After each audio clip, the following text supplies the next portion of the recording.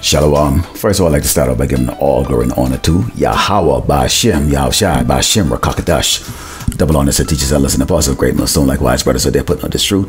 Faithfully, fearlessly feeding the sheep, and to you, brothers and sisters that are tuning in. Shalom. Today's lesson is titled, The Terms. Be like them, perish like them. Do you accept? And this is going out to the 2/3 out there, okay, so-called blacks, Native Americans, and Latino, that do not consider the terms that Yahweh has set for us, okay? Now, while we're trapped here, okay, behind the prison walls or the prison life of Great Babylon America, we have given specific rules and laws, okay, that we are not, okay, to break, okay, such as eating a swine, okay, committing adultery, okay, try our best to be as holy as possible on the Sabbath, okay, and try and not to follow the ways of the heathens out there, okay, and especially Esau the Edomite, the so-called white man, because why? All of these, when broken, okay, or not followed the way the Lord Yahweh has set us up to do, okay, is going to lead to what? Death, okay, to perish like the people that are actually doing it. Now, this is the book of Psalms 62:10. It reads, "Trust not in oppression and become not vain in robbery. If riches increase, set not your heart upon them." Now, the righteous man of Yahweh Bashim Yahshai, okay, are not going to become vain in robbery or trust in oppression, okay? And there are brothers in this truth, okay, that can ball every single week if they choose to do that, okay? If they trust in oppression, okay, and trust in vain robbery, okay, which is of these Edomites, okay, and these other nations, okay, that are displaying their, you know, their great lifestyle before in the front of the eyes, okay, of the poor, which is us, Yashra, so-called blacks, Americans, and Latino. But brothers are instead making sure that they put their bodies out there as a sacrifice, okay, doing the work and understand that this is all temporal, okay. But Jake's them out there because Esau has blinded them. Esau has told them that there is a future here in Great Babylon America if you do all of these things or accept the ways of Great Babylon America.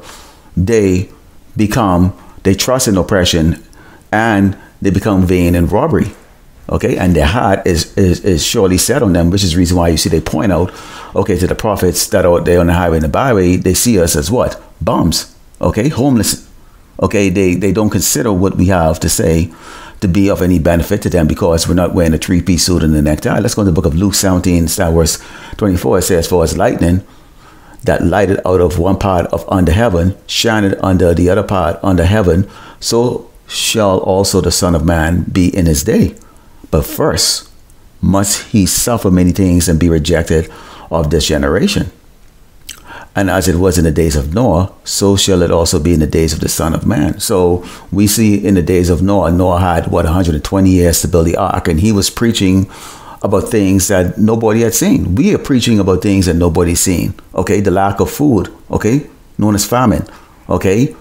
Sword, pillaging here in Great Babylon America, which is a world-class nation here on earth that has never seen the likes of it, such as these other nations that they call third world nations. Okay, we're telling you that there's a nuclear destruction that's going to come on this place. The beasts of the field are going to come out, okay, and put you to death. You have pestilence that are going to come out and put you to death, okay, either in the form of these lab-made ones, okay, or the natural pestilence that's going to come from eating the swine meat and those shellfish, which we are told not to devour, okay. It should not be part of our diet. So those are going to manifest, okay, in the pestilence that's going to make Jake sick and actually eventually die. Okay, so we are preaching about these things, yet still every day you wake up, you look and you see the cars driving by, the music thumping, people having a great old jolly time, the champagne bottles are opening, the wine, you know, drinking, and especially right now in that festival time. So guess what? You know, nobody see what we're saying as something that's actually going to come to fruition. It says they did eat, they drank, they married wives, they were given in marriage until the day that Noah entered into the ark and the flood came and destroyed them all. So nobody see it.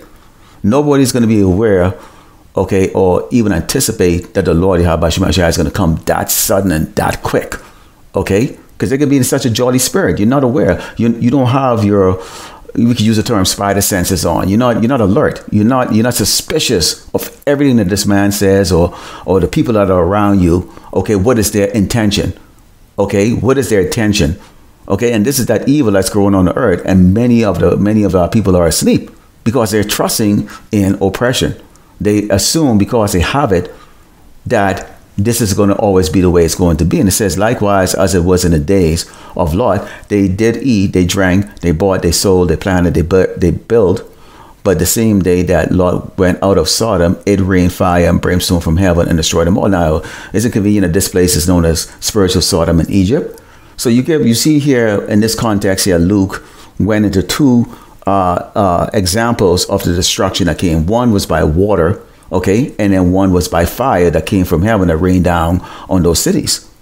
And this place is known as spiritual Egypt and Sodom. So the Lord has made it very clear that he has his eyes set on the sinful kingdom, and there's going to be a point in time when he deem ready, okay, to execute those judgments, okay. But in the meantime, Esau, okay, the Edomite, the so-called white man, along with these other nations that have all of their ways of cooking and their cultural stuff. This is the reason why you always hear, you know, are you a cultural fit into our organization? Do you fit in? You know, can you get along with everybody? Which is what? Go along with the music and all the partying. Okay. In other words, we need you to be blind. We need you to become like us, continuously to party. Okay. Because when you look at this, okay, this is what Esau thinks. This is Esau thinks that this is going to be his future. And this is what Esau sells to the public. Okay. Esau sells to the public. This is that deception. The future world is going to be this, flying cars and all of the other different things, you know, friendly alien visitors, if possible, high technology. Okay. And this is why Psalms 49:11 says the inward thought is that their houses shall continue forever and their dwelling places to all generation. They call the lands after their own names. Now, this is the sales pitch here, because the real future, okay, is what we go there and we preach, because we were given the testimony, okay, as a witness, okay, under the oppression, okay, and then the brutality of our oppressor, Esau, the so-called white man, of what actually really is going to take place here in Great Babylon, America. And we're only speaking about this place because this really is ground zero for the judgment, okay, of Yasharala, so-called Black Americans and Latino, and all these other heathens here, the whole entire 18 nations are in here or are living on Great Babylon, America, okay? That's why they call this place a cauldron. You know, it's like a big pot that you just throw everything in, and that's what you have here. Is so much wickedness that it's very difficult to even decipher what good is. And that's why the Lord has to put the spirit on his men to decipher who you can trust, who's good, who's bad. Good look like bad, bad look like good. I mean, this is a place of confusion, okay? That's why this place is called the city of confusion. This is the book of Ezekiel 35, verse 1, because this is what we're telling you as witness, the testimony of Yahweh Shemai Shai. Moreover, the word of the Lord Yahweh Shemai Shai came unto me, saying, Son of man, set thy face against Mount Seir, and prophesy against it, and say unto it, Thus said the Lord God, Behold, O Mount Seir, I am against thee. He's not with them. In God we trust. In the back of their dollar bill doesn't make any difference. Okay, gold, oil, and drugs, okay, makes no difference, okay?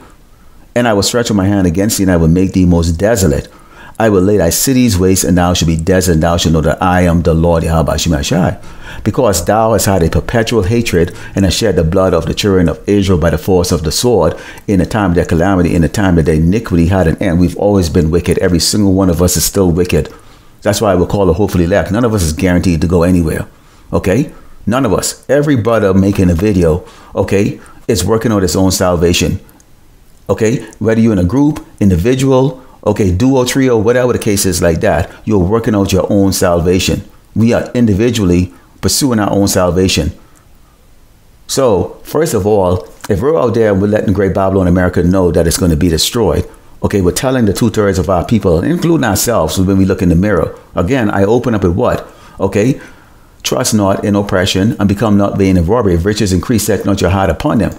There are, like I said, there are brothers in this ministry, okay, that were successful in the world, okay, and it does carry on into the ministry like that, but your heart is not set on it, okay. You're going to go do the work, because why? You understand and you were given the truth of what really is going to take place. Esau sells you this when in reality it's going to be this. So the question comes is Romans 3:3. It says, for what if some did not believe? What if the 2/3 didn't believe?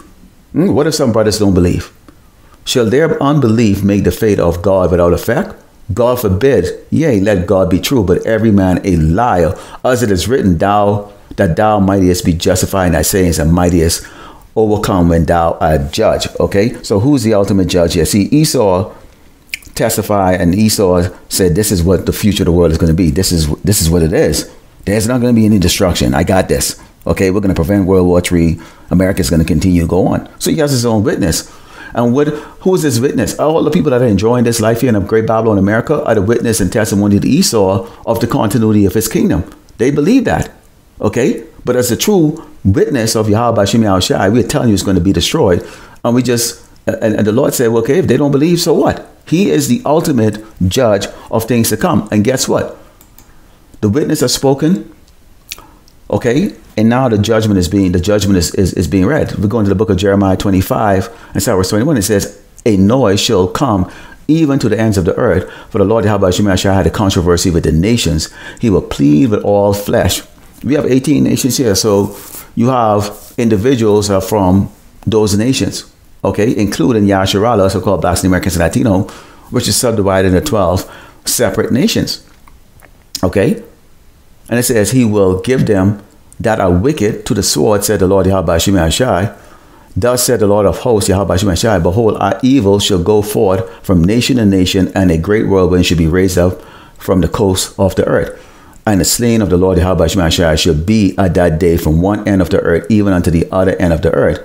They shall not be lamented, neither gathered, nor buried. They shall be dung upon the earth. So we go from laughter, all this partying, all this bullshitting, disbelief, believing the witnesses of Esau, which is who? Everybody else who's partying. Okay? They don't believe. Just like how back in the day of Noah, nobody believed that there was going to be a flood because they've never seen one. But here it is right now. We are seeing now that that judgment has come. It has come to the wicked. It has come to those who didn't believe. It came quick. That's why you see it says, and a great whirlwind shall be raised up from the coast of the earth. When you think of a whirlwind, you think of a tornado. How far? Can you outrun a tornado? I can't. And I used to be a runner. Okay? You see, both can't run from it. None of us can. But it's a metaphorically description of basically just the terror is going to be so violent and so swift and so continuous that there's going to be no escape from it. And this is the true judgment day of the Lord Yahweh Shem Shai. So again, I ask you the terms. We can continue on in the faith, okay? You can believe, you can change or repent, or you can be like them. Everybody else, perish like them. Do you accept the terms? Lord willing, hopefully that was edified. Let the close by giving all glory and honor to Yahweh by Shem Yahushai by Shem Rakakadash. Double honors to teachers, elders, and apostles, great most so likewise, brothers, that they put in this truth. Faithfully, fearlessly feeding the sheep and you brothers and sisters tuning in. Shalom.